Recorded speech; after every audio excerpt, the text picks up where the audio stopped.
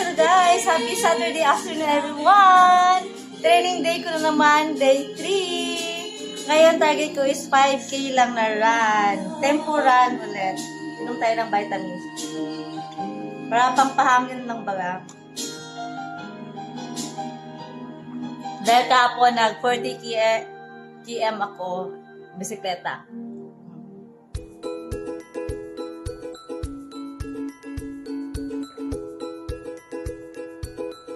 Kasama naman yung pamangkin ko sa pag-run ko today. So, yeah, let's go! Dito na ako ngayon sa New City Hall. Ako lang, kasi umaambon, hindi ko na lang sinama yung aking mga pamangkin. Ayoko sila maulanan at ayoko sila magkasakit. Wow, ang ganda dito guys. So, stretching muna tayo.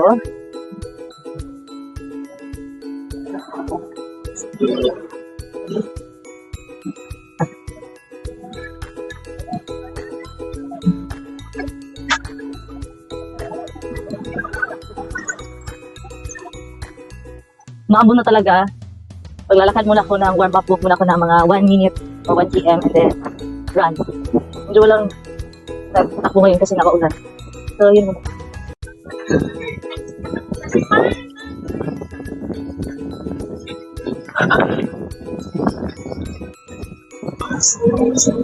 One K, 2K, 3K, 4K,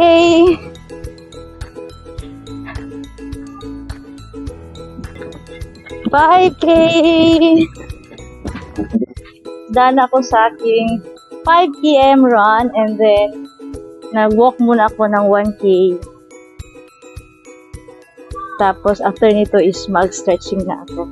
So hello guys! Daan ako sa aking 5K run, 1K walk, and then sa aking stretching. So ito pala ang aking distance, pace, and time. So yun lang. That's all for today. Thank you. Annyeong!